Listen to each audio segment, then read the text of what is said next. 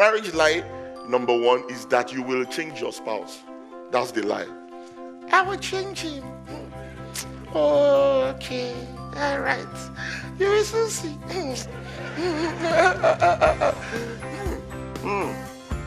Don't marry as a missionary. That you are going there to convert the heathen. God has been trying to convert him. He hasn't succeeded. Now you want to be the converter. It's okay. You're watching the Liberty Church London with Dr. SOLA and Bimbo FOLA ALADE. Where the Spirit of the Lord is, there is liberty. This morning I continue in our series on relationships in the month of relationships. And today I'm talking about 5 marriage lies we believe and the truth about them. Tell somebody next to you or ask them, have you believed a lie? Say it again with some vavaboom. Have you believed a lie? I throw the first punch. I think it is important to just get some things straight very quickly up front, especially for single people in the house and also married people, that marriage is not a reward for doing right. Hello? And singleness is not a punishment for doing wrong. So some people feel, oh, I'm single, maybe I've done wrong, God is punishing me, and and then when I get married, you should quickly show the ring, engagement, yes, the punishment is over.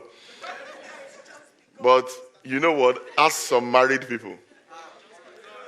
They feel like as though they are being punished now that they are married. So I just thought to get out of the way, okay? And every individual gets married with some reason in mind. Every single one of us, 1 or 2 reasons. Even though some of them may be unspoken, but we have a reason. Or some will say, oh, well, I got married because I want to fulfill Genesis 1:26, to be fruitful and multiply. If you check a bit deeper, you'll find out there's a bit more in it. And whatever that reason is, I call a foundation. That there's a foundation or the basis of your marriage, okay? And so what is the foundation? The foundation is, what is the foundation? It is the hidden part of the structure that gives anchorage and support to a building.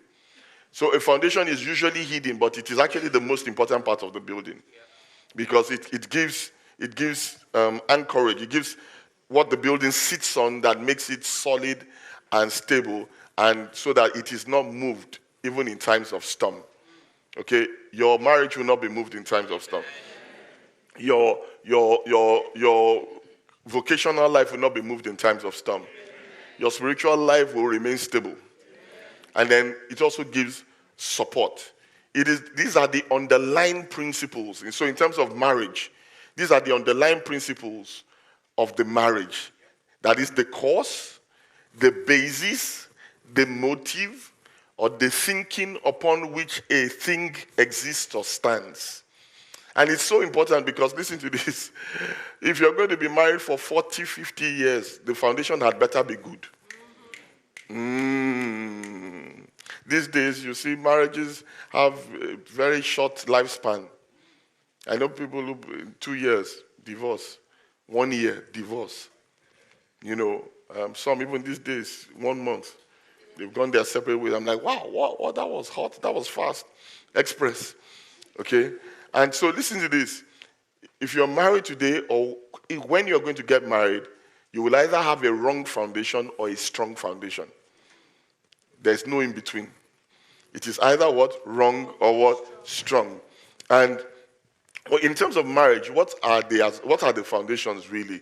They are the assumptions upon which you base your marriage on, or the expectations that when I get married, this is what will happen in marriage. Listen to this. The truth of the matter is every marriage will face storms, whether you build wrong or strong. Does that make sense? So the issue is, so build with the storm in mind. So that's why you have to marry right. Not just marry the right person, marry the right way, Yeah, and marry for the right reasons. You would see in a short while. What are the examples of some of the assumptions? I'll show you in a short while. Because the scripture says if the foundations are destroyed, what can the righteous do? Now, this is a strange one. It says if the foundations are destroyed, what can the righteous do? This scripture shows that even the righteous can build wrong. You say, I'm a believer, I'm a Christian, so I know my marriage will be good. Nonsense. If you make a wrong decision or based on a wrong reason, you could build wrong. I gave an example in the first service that, a particular gentleman who is a prayer warrior and intercessor, one of the greatest prayer warriors in the world that I know, he's divorced. Yeah, he comes from a family, I think they have about 36 children, his dad, and all of them are divorced. And even him, that is a pastor, apostle, prayer warrior. And not just divorced, twice divorced to the same person. He divorced the wife, remarried, and divorced her again. Now, I'm not saying that to judge him. I'm just saying that a righteous person can build wrong. He says it himself. I'm saying from the message he preached. He said, look, I made a mistake. This is what he said. He said, I married, it was when I married her that it's a few days later I found out I made the wrong choice. And he says, and my dad warned me. And his dad was in the occult.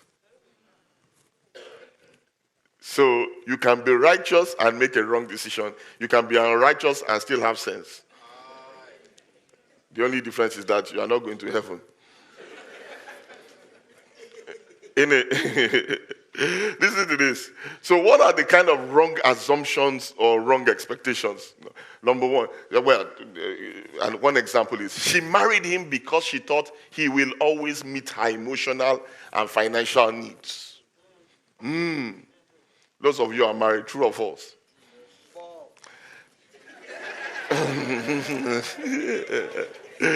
Which means you've heard that alarm ring before, eh? She married him. That's why she married him. So, you see, if you get married based on this, you will find that the marriage is already shaking from the first few, after the honeymoon. Where are you going to? I'm going to the boys. You are going to leave me alone here? I thought you would always be in bed with me, talk to me, this and that. Hey, bros, what's this? We have to go to work, innit? And then you see, what about my emotional needs? Please read your Bible.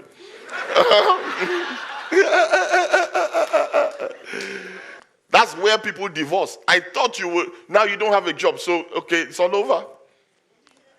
Then he married her because he thought she will always meet his sexual and domestic needs. Shakarabaros.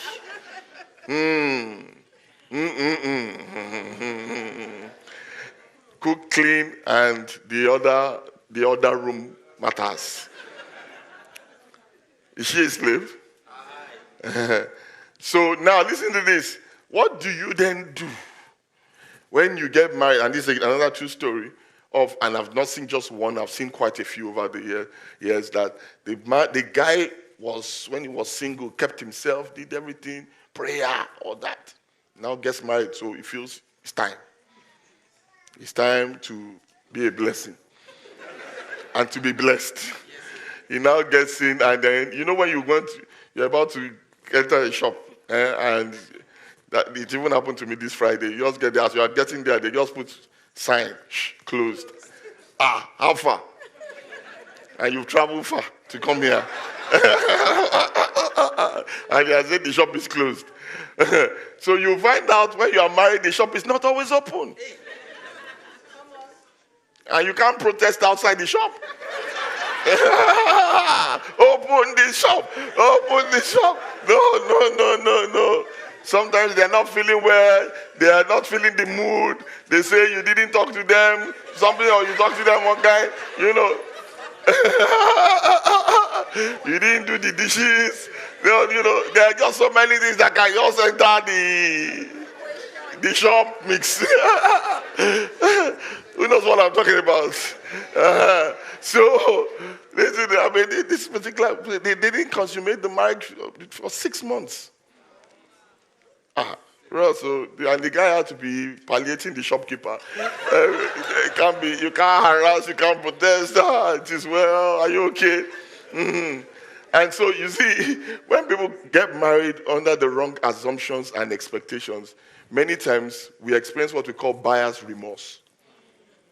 What's buyer's remorse? Buyer's remorse essentially is when you buy a product and you become remorseful after.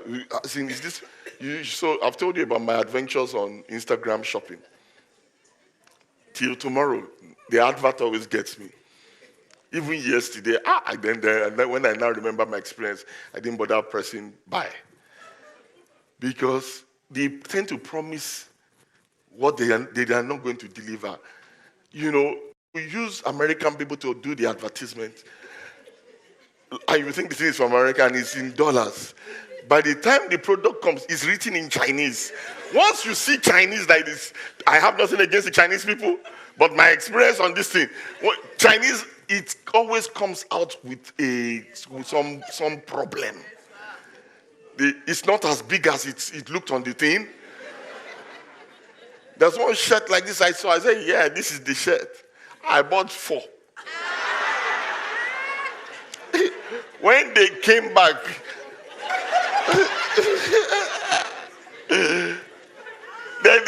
the fabric was like scarf, you know, the woman. I mean, the thing couldn't even enter my, you know. It was just, I said, these people are somehow. Now, that's what you call buyer's remorse, you know. But you see, that's for, I mean, I just toss them. I just toss them away. But it is more painful when it's what you call a high involvement good. When you buy a car with a lot of money, or you buy a house. You spend that big money, 250,000 pounds, 400,000 pounds. Buyer's remorse is more painful. Because you have 30 years to pay it. And you are living in that house and the thing is falling apart. That's what marriage can be like. That you got married on the wrong expectation. When our expectations are not met, we feel deceived, we feel frustrated, and we feel disappointed. It's a bit like my Chinese writing. You see this and you say, again, I've been deceived. And imagine waking up to that every day. In a sense, most people believe these lies, these 5 lies, I'm going to talk about them, that they believe them before they get married and make a wrong choice. So they believe the lie, oh, he'll be this, oh, this will always happen. So they marry and make a wrong choice. But if you can know the truth before, the guy may look good or the girl may look good, and then say, no. I like him, but I can't marry him. And then the other thing is that we believe them after we get married and make the wrong decision. Now you are married, but you still hold on to that lie. And then as a result of it, you break up the marriage. But if you know the truth, you will know everybody is passing through this thing as well. Okay? Marriage doesn't solve your problems. You're not your neighbor. Say, marriage will not solve your problems. I'm telling you. Also, those of you who are married, marriage did not start your problems either. Your problems were always there. They only revealed them. Does this make sense? Listen to this. I mean, the other day, I'm sure you've seen this happen a number of times. Somebody came into a room, seminar and things like that, and sat on the chair. And the chair gave up. Now, the truth of the matter is that that person did not start the problem of the chair. Does that make sense? Let me explain what I mean. You think they did. That chair already had problems. That chair was already cracked or weak. And all the person did was revealed the problem that was already there. Many of us are already cracked. And you need to be healed or sealed before you get married. That's why God hasn't sent the person yet.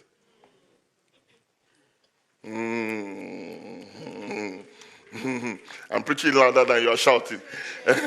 And so what it is listen to this. Some of you, you're even you're a good person. Both of you are good people. But the marriage is the relationship is wrong. The timing is wrong. You know what? Cement needs to set first before you build on it. So some people are too much in a hurry. Look, if you rush into a marriage because of sex, you will soon find out that you have it every day, or somehow it's there. And then you thought you wanted to escape not sinning. So you used marriage as a fire exit for sex. Now you are married, and the sexual desire is still there. And it is not being satisfied here. So what do you do? Where will you run to now? Don't shout too much. Amen. So marriage, look, listen to this. What happens is that, let me tell you, whatever that your chair is, the strength of it will be revealed by the pressures that marriage will bring. People don't understand. Marriage has major pressures. Major ones. So, lie number one. Are you ready? Okay. What's the marriage lie number one is that you will change your spouse. That's the lie. I will change him. Okay. All right. You will soon see.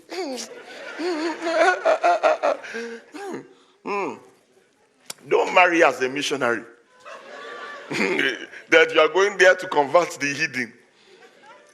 God has been trying to convert him. He hasn't succeeded. Now you want to be the converter. Yeah. It's okay.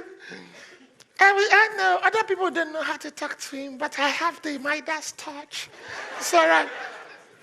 Okay. Listen to this. Many people going into what I call a partner project. The guy is evidently crazy. Oh, I have his medicine. Don't worry. Okay.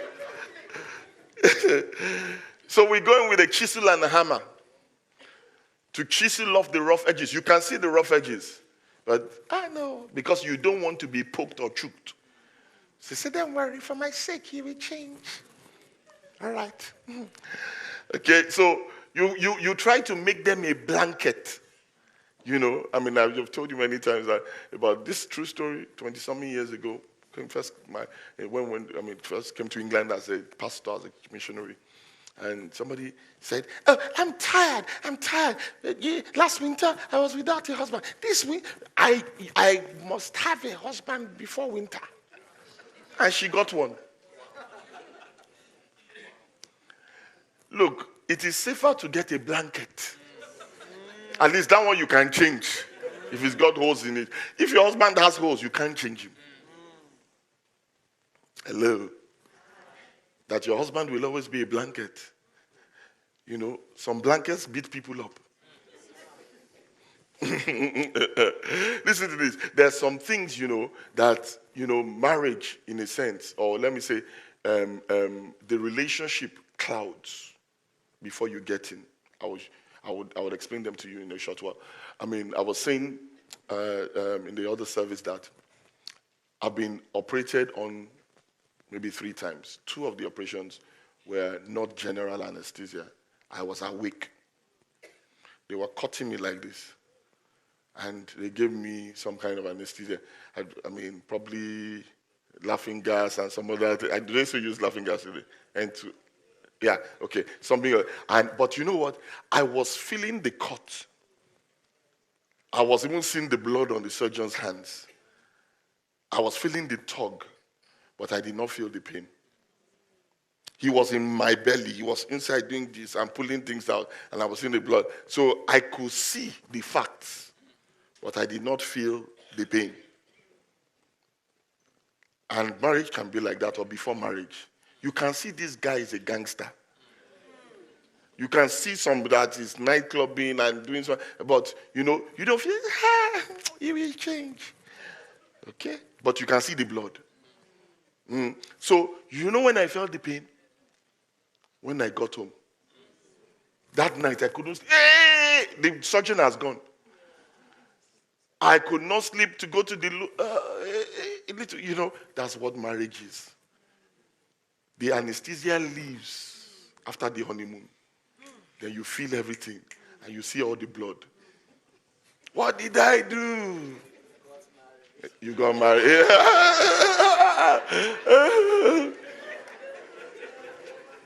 And what are the that's why you have to be very honest with yourself. Before you, listen to this. And God is a kind God. Oh, you don't even have to be a believer. God will send you signals beforehand. Yes. Show you this guy is like this. Okay, so there are character signals. This guy is selfish. You go to the restaurant, he buys what he doesn't buy, he buys for himself. Wow. Is he just not? He comes and you just see him eating something. He didn't buy another piece for. And you say, oh, he's just, for now. That's how he is. When we get married, the love will enter. It is well. Those are signs. He doesn't send right now. He doesn't send money to his mom or his dad. So he's saving for us. The way he's treating his parents, he will treat you worse. You see anger, some signs of anger, and you see him get angry at other people. Your sisters, his sister, but for you, he wants to get angry and I say, oh, I have a calming effect on him. For now. For now. When he gets married, whatever anger is here will be accentuated. You can see some lies, but you call them gray lies. You say, he's just lying to be kind. He doesn't want to hurt my feelings. It's okay. Little lies. Seem like little lies. You're on your way somewhere. You say, look, okay, we'll tell the pastor this and that. And but you two, you are agreeing. Okay, if he's going to a man of God and we say this and that, what will he tell his friend when they are coming from a nightclub? We will tell her this and that. You can see signs of dishonesty. He's already trying to get underneath your clothes here now. And then you say it's love. And then you allow him. Guess what? Some of those things are also signs. And you just finish fellowship. Just after cluster. And you prayed after. And straight, you are going to each other's house. Guess what he will do when you are not around? If he doesn't have the restraints now. Or she. Or he's disrespectful to his aunt. On the phone, you see how he shouts on them and all of that stuff. And disrespectful to his pastor, or and so on and so forth. And then you say, no. Because, they were trying to stand in our way of the relationship. Okay. They deserve it. Guess how it will be to you. These 4 character traits that I said are manifesting that God is allowing you to see. Yeah. Selfishness, anger, lying, disrespect. We talk about them in our cluster campaign, the one we are doing right now. We just started one. The first week we talked about dishonesty in it, or lying. Okay, there's more to come. If you're not part, better join. That's a good place to find out how these things manifest in relationships and how to deal with them. The next thing is, okay, this person does not have overt character flaws like that. What about their disposition? Right now, I'm doing a series on a daily basis throughout the whole the month of 30 days. Questions you must ask before you get married. Today's one is question number 10, habits. What are their habits? Do they eat like this? Now, there's nothing really wrong in that. It's not a sin. But can you stand it? Hello?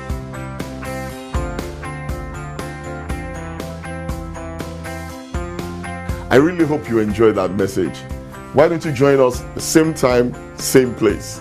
And in the meantime, don't forget to connect with us on social media. We're on Facebook, Instagram, and Twitter. Until we see you next time. Thank you for watching this broadcast. For information, visit our socials at the Liberty Church London, Facebook, Twitter, Instagram, and Periscope, or our website www.thelibertychurchlondon.com. Until next time, stay liberated. This broadcast was supported by the Liberty Church and partners worldwide.